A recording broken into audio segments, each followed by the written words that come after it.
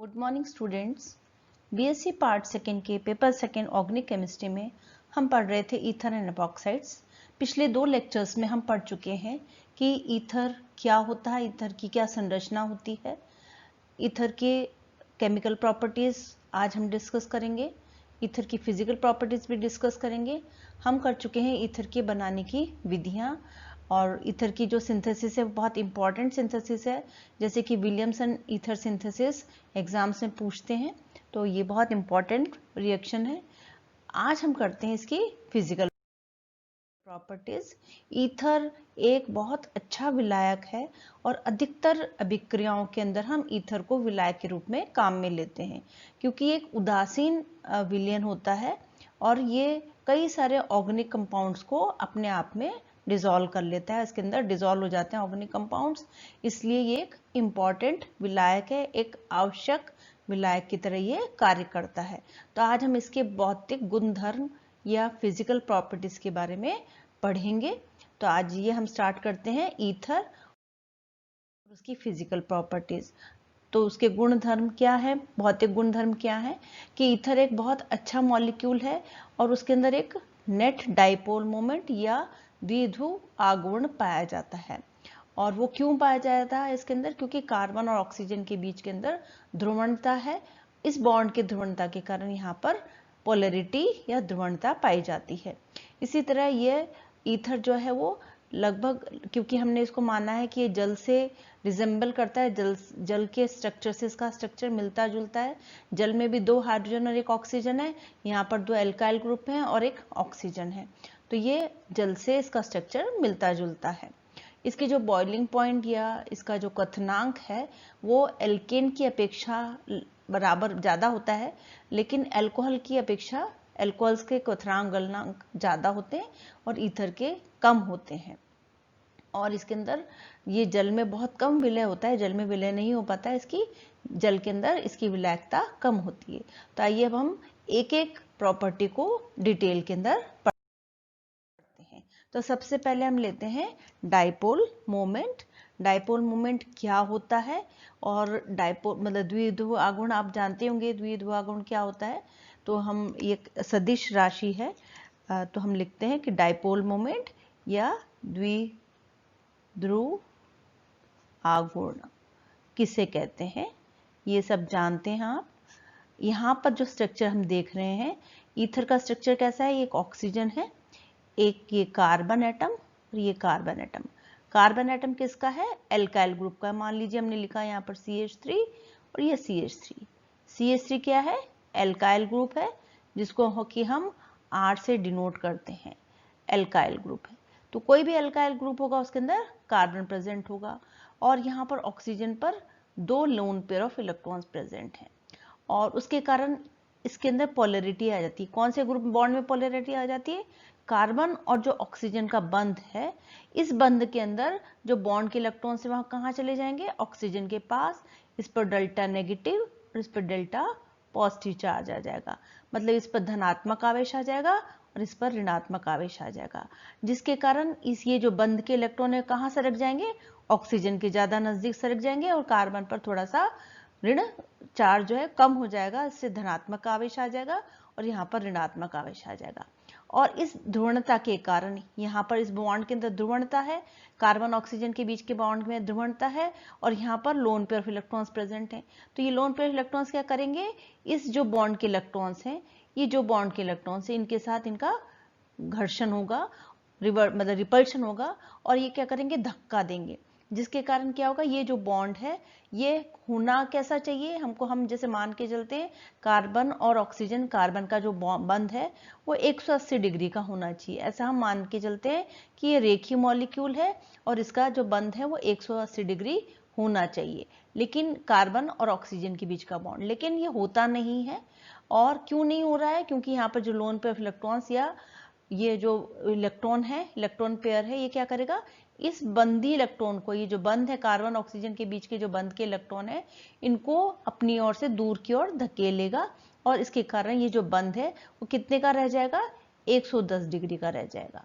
होना कितना चाहिए था, 180, लेकिन ये रह जाएगा 110 डिग्री का।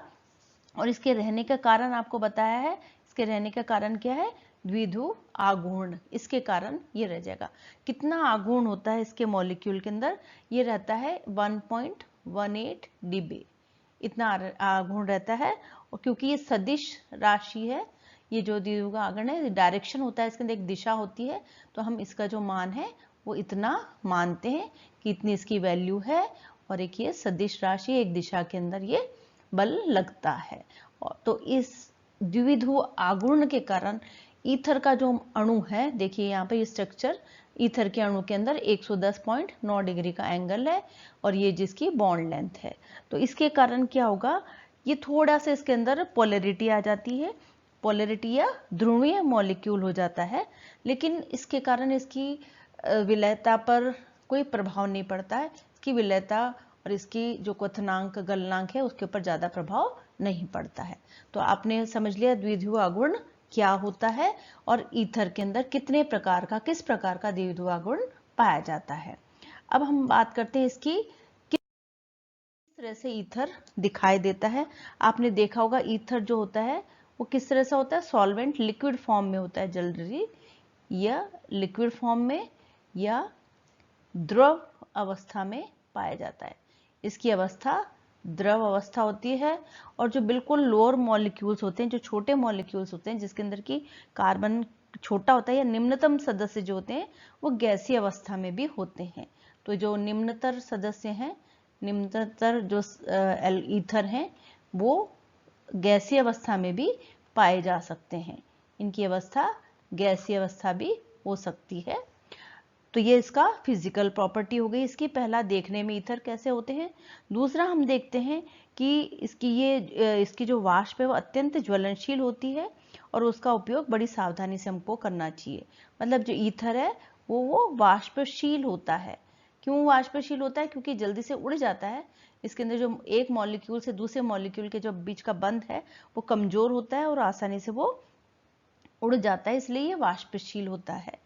तीसरा, अगर हम इसके क्वथनांक या बॉइलिंग पॉइंट की, क्योंकि लिक्विड फॉर्म में है तो बॉइलिंग पॉइंट या क्वथनांक की अगर हम बात करते हैं तो इसके जो क्वथनांक होते हैं वो, क्योंकि हम मान रहे हैं किससे बने हैं? एल्केन से बने हैं। हम कहते हैं कि ईथर जो है वो एल्केनों से प्राप्त हुए हैं। तो एल्केनों से प्राप्त होने पर हम क्या कहेंगे कि जैसे हमने लिखा CH4, तो इससे हमको क्या प्राप्त हो गया? हम कहते हैं CH3O CH3 हम इससे प्राप्त हुआ है, क्योंकि यहाँ एक हाइड्रोजन हमने हटाया और उसकी जगह OCH ग्रुप हमने यहाँ पर लगा दिया। तो एल्केन, जैसे मीथेन का जो क्वथनांक होगा वो लगभग मिथॉक्सी मीथेन का भी होगा। तो इनके क्वथनांक लगभग एल्केनों के समान होते हैं, उतने ही होते हैं, 1 या 2 डिग्री का अंतर होता है, लेकिन उनके क्वथनांक लगभग एल्केनों के जैसे ही होते हैं।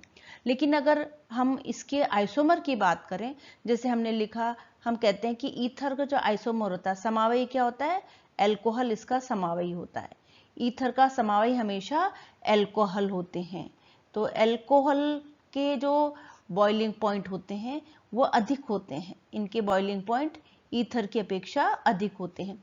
जैसे हम यहाँ माने कि यहाँ C2H6O है, ये इसका जो अगर समावयी हम लिखेंगे तो क्या लिखेंगे हम? C2H5OH लिखेंगे। इथेनॉल है, तो इथेनॉल का जो क्वथनांक है वो ईथर की, मिथॉक्सी ईथर की अपेक्षा बहुत अधिक होगा। तो ऐसा क्यों हो रहा है? इसका क्वथनांक क्यों अधिक हो रहा है? इसका कारण क्या है? यहाँ पर हाइड्रोजन बंध की उपस्थिति, हाइड्रोजन बंध की उपस्थिति के कारण यहाँ पर इसका क्वथनांक एल्कोहल का ज्यादा हो जाता है। और इस तरह का हाइड्रोजन बंध यहाँ पर नहीं पाया जाता है या बहुत हल्का हाइड्रोजन बंध पाया जाता है, इसलिए इसके क्वथनांक कम होते हैं। तो हम कह सकते हैं कि ईथर के जो क्वथनांक हैं, ईथर का जो बॉइलिंग पॉइंट है वो कम होता है, जबकि एल्कोहल के बॉइलिंग पॉइंट हाइड्रोजन बंध की उपस्थिति के कारण अधिक होते हैं। तो एक दूसरे के समावयी हैं, ये एक दूसरे के समावयी हैं, लेकिन समावयी होने के बावजूद ईथर के बॉइलिंग पॉइंट कम होते हैं और अल्कोहल के बॉइलिंग पॉइंट अधिक हो जाते हैं। सेम मॉलिक्यूलर फॉर्मूला होगा, लेकिन इसके बॉइलिंग पॉइंट के अंदर अंतर पाया जाता है। तो एल्केन और ईथर के बॉइलिंग पॉइंट लगभग बराबर होते हैं, लेकिन उसका समावयी अल्कोहल जो है उसके बॉइलिंग पॉइंट बहुत अधिक होते हैं। और इस अधिक होने का कारण भी आपको बताया, क्यों अधिक हो जाते हैं इसके बॉइलिंग पॉइंट, क्योंकि अल्कोहल को अगर हम लिखें तो अल्कोहल के अंदर हाइड्रोजन बंध पाया जाएगा।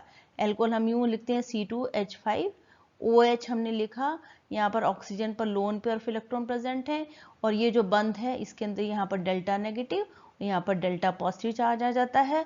और दूसरा अल्कोहल मॉलिक्यूल अगर हम यहाँ पर यूं लिखें C2H5, तो यहाँ पर ये जो हाइड्रोजन है ये इस ऑक्सीजन के पास, जिस पर कि ऋणात्मक आवेश है, इन दोनों के बीच में बंध बना लेता है। इसको हम हाइड्रोजन बॉन्ड कहते हैं, हाइड्रोजन बंध कहते हैं। और इस हाइड्रोजन बॉन्ड के कारण यहाँ पर सग हाइड्रोजन ये बॉन्ड है, और हाइड्रोजन बॉन्ड की उपस्थिति के कारण क्या करता है, एक अल्कोहल का अणु दूसरे अल्कोहल के अणु के साथ दूसरे अणु के साथ इसमें सगुणन हो जाता